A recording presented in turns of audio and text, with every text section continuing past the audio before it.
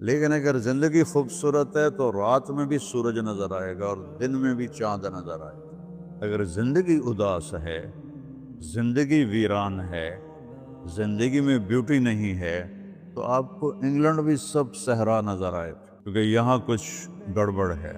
اگر اپنی زندگی کو بیوٹیفل، خوبصورت، پیسفل بنانا چاہتے ہو، قیامت کا دن پوری قیامت کے انسان ایسا عمل ان کے پاس نہیں ہوگا جو میں تمہیں دو باتیں بتانے لگا ہوں، اور ان کا اتنا بڑا وزن ہے کہ کسی بڑے سے بڑی نیکی کا وزن بھی اس کے برابر نہیں ہوگا۔ لیکن بیٹا میری اس سنت کو پورا کرتے ہوئے تیرے پسینے نکلیں گے، ساری زندگی کرنا پڑے گا۔ بس اپنے من میں ڈوب کر پا جا سراغ زندگی، تو اگر میرا نہیں بنتا نہ بن اپنا تو بن۔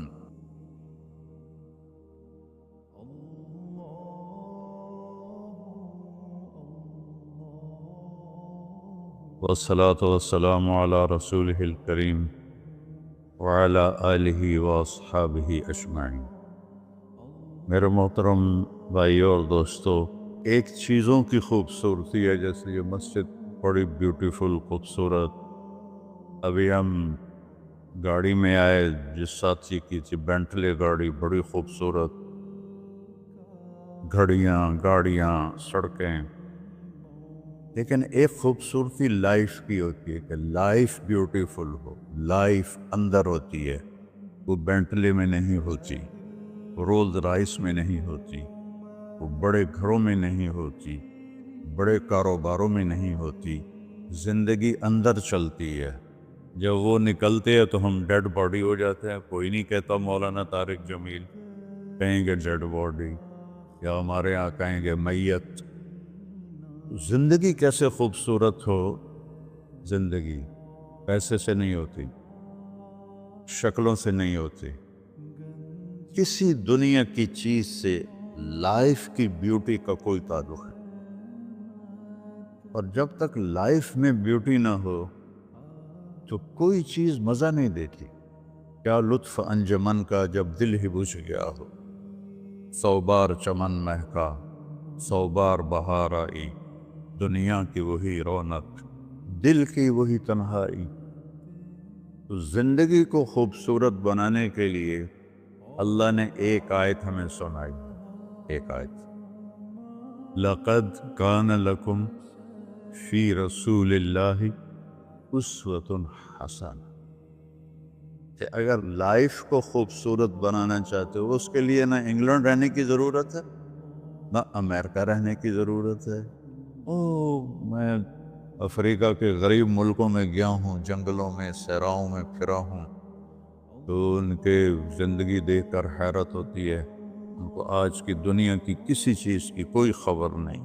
آج بھی ان کے گھر میں روشنی کا کوئی انتظام نہیں، چاند کی روشنی ان کی روشنی ہے۔ رات کو ان کے گھروں میں چراغ بھی نہیں جلتے۔ میں ایسے ملکوں میں گیا ہوں۔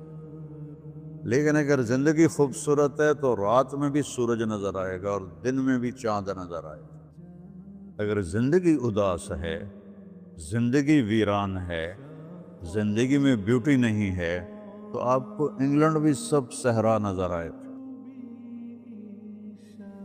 آپ کو خوبصورت اسکاٹ لینڈ کی وادیاں دیکھ کر بھی مزہ نہیں آئے گا، کیونکہ یہاں کچھ گڑبڑ ہے۔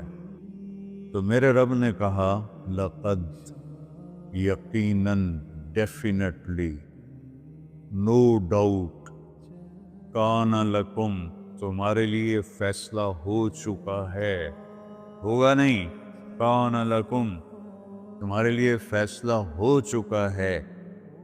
اگر اپنی زندگی کو بیوٹیفل، خوبصورت، پیسفل بنانا چاہتے ہو تو میرے نبی کی زندگی تمہارے لیے خوبصورت ماڈل ہے۔ اچھا، اسوۃ حسنہ، اسوہ کہتے ہیں ماڈل کو، اور حسنہ کہتے ہیں خوبصورت کو۔ یہاں اسوۃ کاملہ نہیں کہا کہ پرفیکٹ نمونہ ہے، کامل نمونہ ہے، مضبوط نمونہ ہے، کتنے الفاظ سے۔ حسنہ کیوں لائے؟ کہ انسان بیوٹی کو پسند کرتا ہے۔ یہ آپ نے سب کچھ کیوں بنایا؟ سیدھی سادی بھی ٹھیک، ٹھیک ہے، یہ کیوں بنایا؟ یہ ایسی خوبصورت گاڑیاں کیوں بن رہی ہیں؟ اتنے مہنگے جوتے؟